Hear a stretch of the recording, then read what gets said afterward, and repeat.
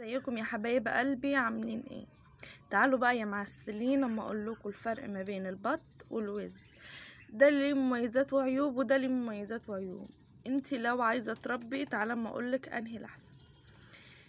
بالنسبه للشكل، البط يعني حجمه اقل من الوز شويه، يعني الوز حجمه كبير عنه ورقبته طويله شويه، يعني شويتين تلاتة عنه.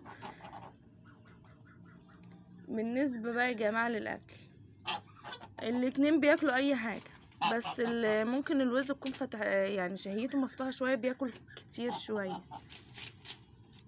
اما البط برضو بياكل، بس يعني ممكن فاهمني، يعني الوز بياكل اكتر.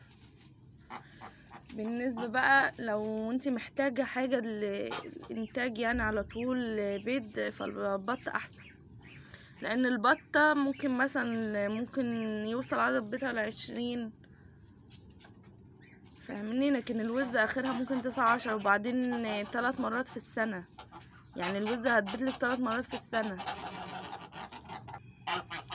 اما البط يعني ممكن تبقى يعني يوصل ل20، وفي ناس بتقول 25. انا ما جربتش الصراحة، وعندنا يعني جاب 20.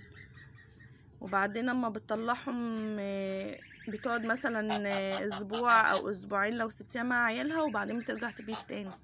لكن الوز 3 مرات في السنة. بالنسبة لو انت عندك مكان صغير وعايزة تربي فيه، فالبط احسن، لان الوز محتاج مكان واسع ياخد راحته فيه، مية، فاهمين. انا حطلهم بواقي اكل اهوت، هو بايني خايف ياكل او مش عارفه، حطها الفرخه بتاكل. بالنسبه للصوت بقى، الوز صوته عالي جدا. لو انتي مش عايزه حاجه تعمل ازعاج، هات البط احسن، لان البط هادي وصوته ملوش صوت يعتبر.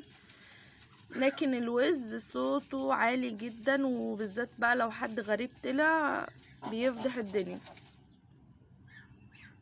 والصراحة بالنسبة للأكل أنا بحب طعم الوز أحسن.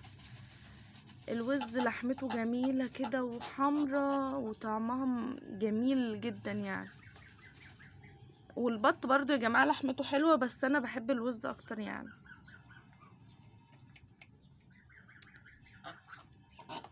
الاتنين تربيتهم سهلة، والله العظيم الاتنين تربيتهم، يعني اللي يربي ده يربي ده. بس أنا بقول يعني لو انت مش عايزة حاجة صوتها عالي، مش عندك مكان ضيق، فممكن تربي البط.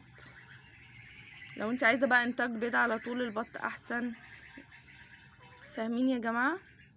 ما تنسوش بس اهم حاجة تشتركوا في القناة وتعملوا لايك. وهما كانوا اصلا 7 وزات، لو انتوا تلاحظوا احنا خدت واحدة دبحناها عشان نعمل عليها محشي.